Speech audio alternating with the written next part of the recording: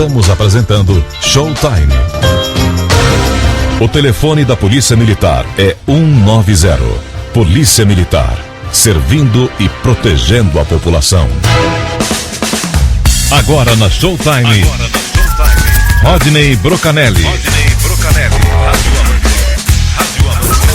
Rádio Amantes no ar. Bom dia, Rodney. Parabéns, viu? Bom dia, João. Bom dia, amigos ouvintes da Showtime. E o parabéns é coletivo, né?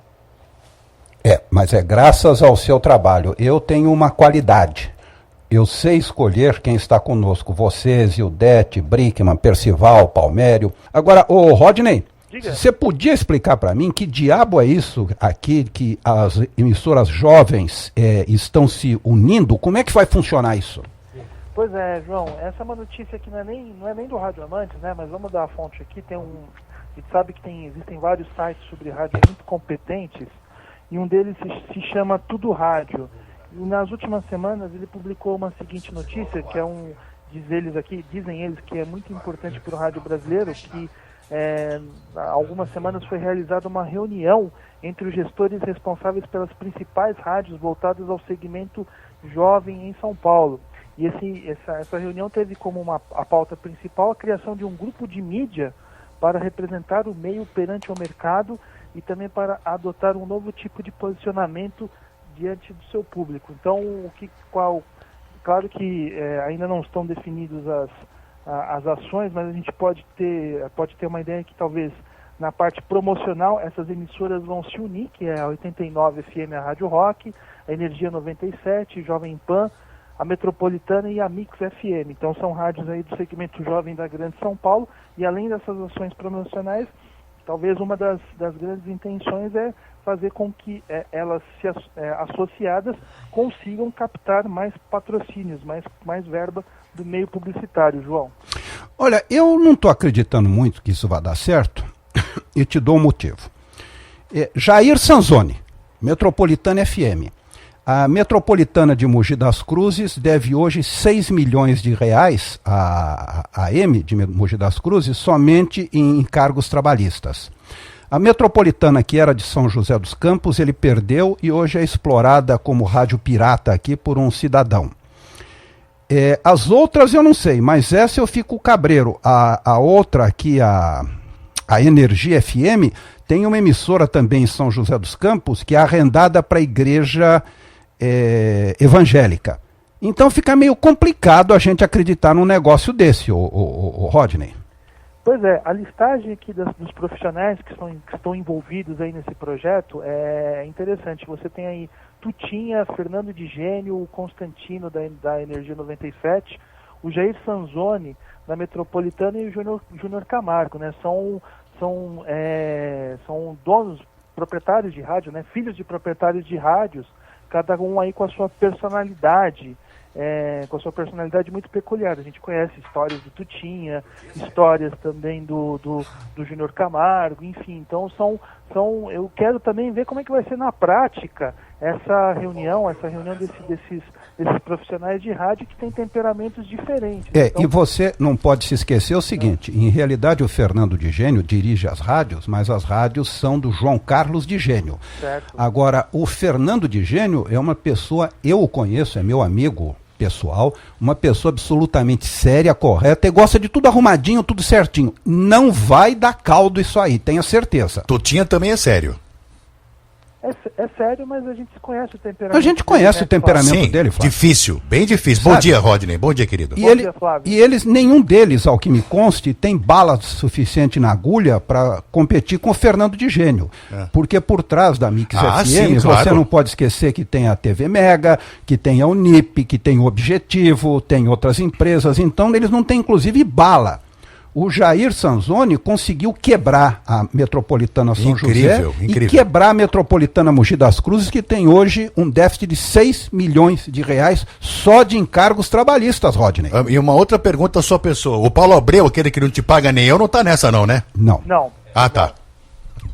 Ufa! São rádios de orientação jovem, mas aqui na listagem eu não estou vendo o nome da Kiss não, nem nenhuma menção ao Abreu ou algum parente dele. Ô Rodney, outra notícia. TV no rádio, que diabo é isso? Pois é, essa foi um dos posts assim, mais acessados e comentados do blog na semana passada. Nem é meu, é do meu parceiro, que é o Marcos Lauro. Um dia até quero trazer ele para a gente poder conversar bastante sobre rádio aqui. E na semana retrasada, a Rádio Bradesco Esporte, sempre ela, né, que é uma rádio que tem sido muito falada nas últimas semanas, ela fez a retransmissão de uma partida de futebol do áudio da TV Bandeirantes. Então foi Cruzeiro e Santos. Em vez de pegar lá a equipe própria delas, né, o que sobrou da equipe própria, eles resolveram colocar o áudio da TV Bandeirantes no rádio, né? E isso, infelizmente, é uma tradição, que já é uma coisa que vem se repetindo há muito tempo, não só na Bradesco Esportes, mas em várias outras emissoras de rádio. Então, por exemplo, na CBN você tem aí, no começo da madrugada, o programa do Jô. Do programa do Jô. O próprio Grupo Bandeirantes tem várias emissoras, eles se dedicam aí a colocar o áudio de alguns dos programas da TV Bandeirantes. Então, por exemplo, o CQC, você pode ouvir na Rádio Bandeirantes, o Jornal da Band você pode ouvir na Band News. A grande questão é isso, é que esses programas, embora alguns desses programas eles tenham origem direta do rádio, o talk show é um gênero que começou no rádio e migrou na televisão. Só que, por exemplo, uma atração como o programa do Jô, ela tem toda uma dinâmica de televisão. E então, chega uma hora que o Jô, com o seu convidado lá, eles começam a conversar, o bate-papo até você consegue captar as ideias pela onda do rádio. Mas chega uma hora que, por exemplo, o Jô começa a mostrar as coisas lá no telão, fotos do álbum de fotografias, e a pessoa que está ouvindo pelo rádio tem que usar a imaginação, né? Acaba tendo que usar a imaginação para tentar visualizar a cena que está sendo mostrada pela televisão. Então, e também denota uma falta de preguiça, né? Um excesso de preguiça, né? Dos profissionais de rádio. Porque em vez de você ter a simples retransmissão do programa do Jô, a CBN não convida o apresentador, o grande humorista, para fazer uma atração no rádio. O Jô Soares tem tanta afinidade com o veículo. Nos anos 80, ele tinha um belo programa de jazz na Rádio Eldorado, um programa no final de tarde, tanto no AM como no FM, o Flávio deve lembrar bem. Lembro, opa! Foi um grande sucesso aqui no rádio. Então, a Bandeirantes poderia aproveitar o pessoal do CQC para fazer uma atração específica para o rádio. Já imaginou aquela linguagem humorística no rádio? Como é que seria interessante? Então, isso denota uma tremenda preguiça, de repente, das emissoras de poder pensar como aproveitar esses grandes sucessos da televisão no rádio. Acho que seria uma experiência altamente enriquecedora. Se você pensar bem, tudo começou no rádio. O humor, tudo começou no rádio. Mas eu acho uma outra coisa, inclusive um pouco pior. Com isso, Rodney e Flávio, vão se matando os talentos do rádio. Você não está tendo uma renovação nos talentos do rádio, porque aos poucos estão enforcando a rádio. E outra coisa com que eu não gosto e também não concordo, é com essa história de rede de rádio. A linguagem do Rio Grande do Sul não é a linguagem do Amazonas. E hoje, com essas rádios, você nivelou todo. Sabe, deixou de ter o regionalismo no rádio. Qual a sua opinião, Rodney? Pois antes da opinião, uma informação, né? Vocês devem lembrar que a Rádio Globo AM, no começo da década passada, até no começo do século, se a gente for pensar melhor, eles começaram a implantar um projeto de rede de rádio AM, a Rádio Globo Brasil. Então, você teria a mesma estrutura de programação em São Paulo, em Belo Horizonte, no Rio de Janeiro, claro que com alguns horários regionalizados, mas que com grande parte dos programas em rede. Não deu certo no Rio de Janeiro. A Rádio Globo Carioca perdeu a audiência para a Rádio Tupi. E demoraram aí pelo menos mais de 10 anos para se tocarem da bobagem que foi cometida. Hoje, com uma nova direção, né, o Bruno Tis, um grande profissional aí do rádio, eles estão tentando reverter esse prejuízo, principalmente no Rio de Janeiro, que a Rádio Globo, que era líder absoluta de audiência, hoje perde aí muito espaço para a Rádio Tupi, que é uma rádio que é regional, uma rádio regionalizada. Eu diria até que em alguns momentos, principalmente na cobertura esportiva, é bairrista, mas que agrada aí ao ouvinte do Rio de Janeiro. Então, hoje a tendência é diminuírem esses espaços aí em rede e investir um pouco mais na programação regional. A Globo aqui em São Paulo só tá na liderança do Ibope, mas ela é impulsionada aí pela programação apresentada pelo padre Marcelo Rossi na parte da manhã. Então, a questão da rede de rádio é isso. Você tem exemplos aí de que a coisa não dá certo. O João lembrou bastante e lembrou bem dessa questão do regionalismo. O que é sucesso aqui em São Paulo, de repente não faz sucesso no Rio Grande do Sul. Mas e se você... vice-versa. Então tem coisas lá, tem programas de humor lá. Eu lembro que tem um programa numa rádio jovem lá chamado Pretinho Básico, que é bem regional, que é uma coisa que faz bastante sucesso lá, mas não sei se daria certo se fosse veiculado em rede nacional. Mas uma coisa também que você tem que pensar, Rodney, nos anos 60, 70, as músicas, por exemplo, que tocaram em São Paulo, não foram sucesso no Rio de Janeiro e vice-versa. Muita coisa aconteceu assim e muitas foram sucesso nos dois lugares. Nos anos 80, entendeu? Eu lembro de um fenômeno, João, o Flávio, se você deve lembrar, o Engenheiros do Havaí. Engenheiros do Havaí estourou antes no Rio de Janeiro do que em São Paulo. Verdade. Eles fizeram shows lá, tinha um festival lá chamado Alternativa Nativa, né? Uhum. Que era ligado a uma marca de roupas, né? Que eles faziam no Maracanãzinho. Isso. Eles começaram a fazer sucesso lá. Mas só que eles chegaram aqui em São Paulo, a estourar aqui em São Paulo 2 anos depois. Verdade. Então esses exemplos que você deu Olha, é muito interessante. Nos anos 80 a gente tem esse caso aí do Engenheiro do Havaí. Verdade. E eu te dou um exemplo, não de rádio, mas de que não funciona mesmo. O Diário de São Paulo foi vendido para um grupo, para a Infoglobo. E eles cariocaram completamente o Diário de São Paulo. Acabaram com o jornal Diário de São Paulo, que foi vendido depois a preço de banana para o J. Ávila. Porque tentaram cariocar. Não funciona, esse negócio não funciona, porque o regionalismo no Brasil, queiramos ou não, ainda é muito forte, Rodney. Sim, é verdade. O rádio hoje é um veículo estritamente regional. É bem verdade que com a internet, né, com o avanço da internet, você pode ouvir rádios de diversas partes do país e do planeta, mas o rádio é eminentemente regional. Eu acho que os diretores de rádio têm que se atentar um pouco mais para esse fato. Se você quer ser universal, fale primeiro para a sua aldeia, que é uma fórmula que dá certo. E tem uma outra coisa que as pessoas não comentam, e o Flávio e eu sempre discutimos sobre isso. Nos Estados Unidos, a grande força da rádio é a AM, porque as FMs têm uma potência limitada a 1000 watts. Ela fala, não, são 1000 watts. Ela fala para a cidade dela. Ela não transpõe as barreiras da cidade dela. A AM não. A AM fala para os Estados Unidos inteiro, inclusive em rede. Tanto que você tem a NBC, ABC e CBS em redes de rádio AM. A FM lá não tem a força que tem no Brasil, porque ela fala para a sua cidade só. Pois é, e também você tem um outro fenômeno, não sei se vocês já leram a respeito das rádios de universidades, né? Que às vezes elas também são estritamente regionais. Sim.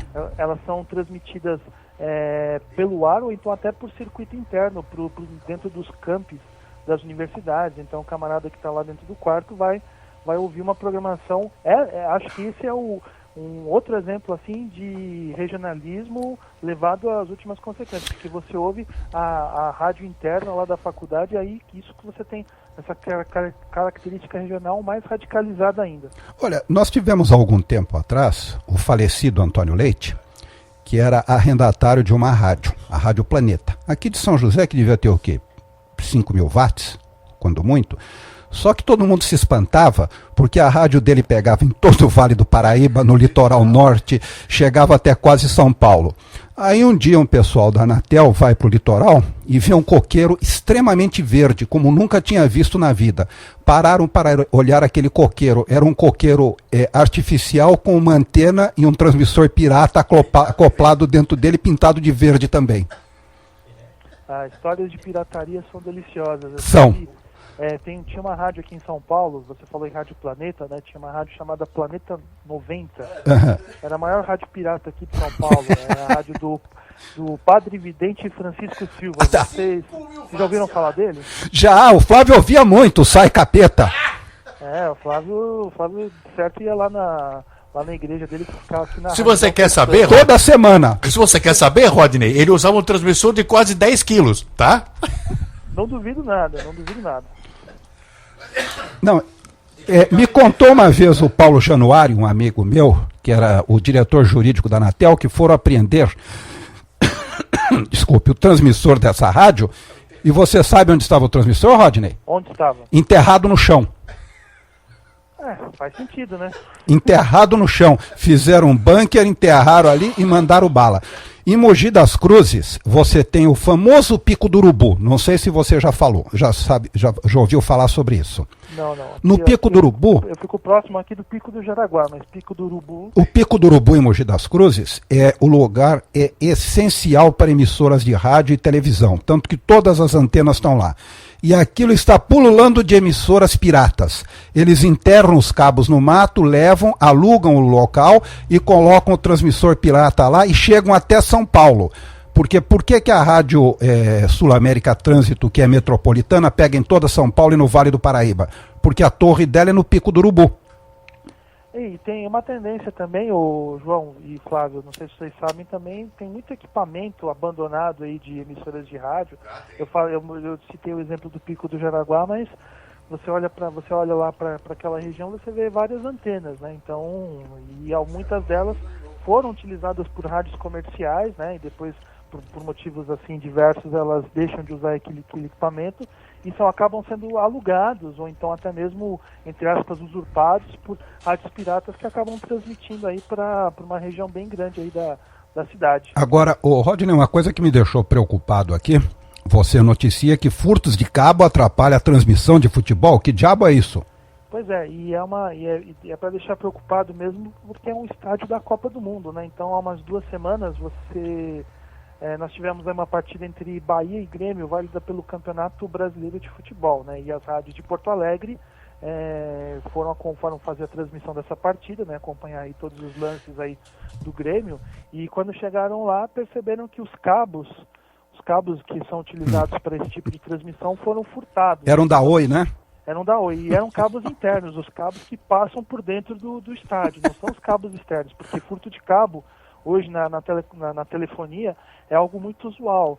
Então, o material de que é feito esses cabos de telefonia acabam sendo preciosos, então o camarada vai lá, furta e acaba vendendo em ferro velho e rende uns trocados. Agora, essa situação é mais preocupante porque foram cabos internos, ou seja, alguém que tem acesso às alamedas, aos intestinos, né, vamos colocar assim, da Fonte Nova, teve acesso a esse tipo de equipamento e levou embora e faturou uns bons trocados. Aí fica aquela pergunta, né? Imagina na Copa do Mundo, vai lá, uma partida entre Itália e Alemanha na Fonte Nova, aí chega a RAI, a ZDF, a BBC, uma partida importante, né? Vamos colocar dessa forma hipotética. Chega todo mundo para transmitir, cadê os cabos? Foram roubados. É uma coisa que vai, infelizmente, comprometer a imagem do país lá fora, né? E como é que eles conseguiram transmitir o jogo, Porque Rodney? a Oi foi acionada, né? A Oi foi acionada e eles então fizeram lá um tipo de backup, eles conseguiram fazer a recuperação. Deve ter sido um trabalho, algo trabalhoso, mas que eles fizeram a tempo de colocar a transmissão no ar. Eu sei que o primeiro tempo para várias emissoras foi tumultuado, então o sinal acabava caindo. A partir do segundo tempo do jogo é que a transmissão chegou sem grandes problemas aí aos ouvintes do Rio Grande do Sul. Olha, e eu quero fazer um elogio público aqui. Nós, para não termos problemas, Rodney, nós temos 2 internets e um balanceador de internet para que se uma cair, a outra suma. E temos também uma outra máquina num outro lugar, numa outra internet. E uma das internets que nós usamos é da Vivo. E quem presta serviços para a Vivo é a Abilite. E o gerente, o João, da Abilite, o supervisor, entrou em contato comigo e disse: ô João Carlos, se você tiver algum problema, não precisa ligar para o atendimento Vivo. Está aqui o meu celular e o celular dos técnicos que vão atendê-lo. Se você tiver algum problema, de dia, de noite, de madrugada, ligue para qualquer um dos 2. E eu tive um problema dias passados aqui. Posso lhe informar o seguinte: em 10 minutos eles estavam aqui no estúdio resolvendo o problema. as empresas de telefonia, elas acabam trabalhando com várias contratadas, né? E elas têm metas a serem cumpridas, né? Então, de uma certa forma, esse tipo de serviço personalizado, ele tem duas vantagens, né? Ele satisfaz o cliente e ajuda essa empresa a apresentar boas metas lá para a empresa contratante. Bom, outra notícia sua, quer dizer que se eu quiser transmitir um jogo do Corinthians eu vou ter que pagar, é? Pois é, essa notícia também saiu há uma semana e meia, né? E a gente até repercutiu bastante na entrevista, semana retrasada com o narrador Hugo Botelho, ex-Bradesco Esportes, e que hoje continua aí prestando serviços para o Grupo Bandeirantes, só que no canal Band Esportes, e também, em contrapartida para o Canal Terra, a gente falou bastante a esse respeito. Então, existe esse plano. O Corinthians, daqui a algum tempo, pretende cobrar direitos para a transmissão de suas partidas de futebol. Então, é uma ideia que, volta e meia, aparece assim, dada por algum clube de futebol. No passado, o Atlético Paranaense também quis fazer esse tipo de cobrança, só que os preços eram muito proibitivos, era quase 500, chegava mais ou menos a 500 mil reais, e então a ideia acabou sendo sepultada. O próprio Corinthians também, em outras épocas, também veio com essa proposta, mas também foi abandonada. E agora a tendência é que ela ganhe corpo mesmo. Então, até porque o Corinthians vai ter um estádio, né? Então eu acho que eles vão usar essa questão do estádio como um poder de barganha, né? Então, a partir do momento em que o Fielzão ou qualquer outro nome que se dê aquela arena for inaugurada, a tendência é essa, que eles comecem a cobrar não só para a instalação de rádios, mas a questão dos direitos, né, de transmissão. O que eu acho que é uma pena, porque não são todas as emissoras de rádio que têm condições de pagar, né? E a gente imagina que o Corinthians não vai cobrar um valor barato por esse tipo de direito de arena, né? Então eles vão cobrar muito caro. Como eu te falei, o Atlético Paranaense chutou quase na casa dos 500 mil reais aí, há uns 4, 5 anos passados, né? Então, isso inviabilizaria a cobertura jornalística de várias emissoras de rádio, não só de São Paulo, mas do interior também, que a gente conhece aí histórias de emissoras que, com muito sacrifício, vão lá, transmitem as partidas e voltam, né, naquele esquema de viagem bate e volta, e tanto até que eu até dei a notícia aqui de vários profissionais que se acidentaram na estrada. Então, aí tem mais um componente a mais aí para o rádio do interior ter o seu serviço dificultado, meu caro João. Olha, mas essa situação, eu não acredito que vá, porque quem é que vai obrigar a Globo a pagar? E a grande realidade, queiramos ou não, gostemos ou não, se não deu na Globo, não deu em lugar nenhum, Rodney. Não adianta, o Brasil ainda tem essa cultura. Se não deu no Jornal Nacional, não dá em lugar nenhum. E a Globo não vai se sujeitar a isso. Ou não sei, como eu disse, é uma ideia muito incipiente ainda, né? Eu até tentei pegar a palavra da Abert, a gente tem contatos lá, mas eles até agora não me responderam. Então é uma ideia que está muito no início. Então você deve saber também quanto eu, você como jornalista, João, que às vezes algumas ideias elas nem vão adiante, elas são jogadas como balão de ensaio para se saber a repercussão. Se a repercussão for positiva, ela é levada adiante, senão a pessoa recua e até depois passa por bonzinho. A gente tem vários exemplos aí, até inclusive na política, né? O cara solta uma medida aí que pode ferrar com a população, né? E aí depois, a partir do momento em que ele nota a repercussão, ele recua ou ele avança. Mas é uma ideia bastante incipiente. Eu acho até que a Globo, as rádios do Sistema Globo, têm condições aí de pagar aí essa questão da cobrança de direitos. O que preocupa é que também pode vir a se tornar mais um monopólio. A gente já tem um monopólio na TV, teríamos aí um monopólio no rádio. É verdade. Mas, Rodney, eu quero te agradecer. Mais uma vez, parabéns. Você, juntamente com Zildete Montiel, com o Brickman, engrandece um Showtime e volto a dizer de público aquilo que eu disse a você no e-mail. O Showtime não seria o que é se não fossem vocês. Vocês são o Showtime. Olha, João, eu agradeço também, e eu acho que também nós não teríamos condições de fazer esse trabalho se não fosse a Showtime, toda essa infraestrutura, essa questão da gente poder trazer entrevistados aqui, né? Só para contextualizar o ouvinte, né, a entrevista que nós fizemos com o Willy Gonzer, ex-narrador esportivo da Rádio Itatiaia de Belo Horizonte, é uma das mais vistas aí do blog, ultrapassou aí a casa de 1.000 visitações, então mais de 1.000 pessoas, 2.000 pessoas ouviram essa entrevista aí on demand, né? E esse acho que é o grande desafio aí dos veículos de comunicação no futuro, é você tentar agregar esse tipo de audiência que não é audiência instantânea, não é audiência ao vivo. É verdade. Oi? É verdade, você tem razão. Esse é o grande desafio. Hoje a gente vê que, hoje em dia, a Rede Globo, as novelas da Rede Globo são mais vistas na internet do que na própria tela da televisão. Verdade. E o grande desafio é você fazer com que essa audiência seja contabilizada a audiência da televisão. O que isso não acontece por causa dos famigerados 30 segundos de propaganda, né? A questão do negócio, da mídia, ainda está muito calcada na publicidade. Na publicidade, naqueles 30 segundos que são veiculados no rádio, na televisão, no caso do jornal, aquele espaçozinho publicitário. A partir do momento em que você convencer o mercado publicitário de que essa audiência que você tem na internet, ela pode ser agregada, você pode colocar a sua marca nela, eu acho que aí a tendência é um crescimento contínuo aí desse meio de comunicação que é a dessa plataforma de comunicação que é a internet. Um abraço a você, muito obrigado e até sábado, Rodney. Até sábado, João. Grande abraço.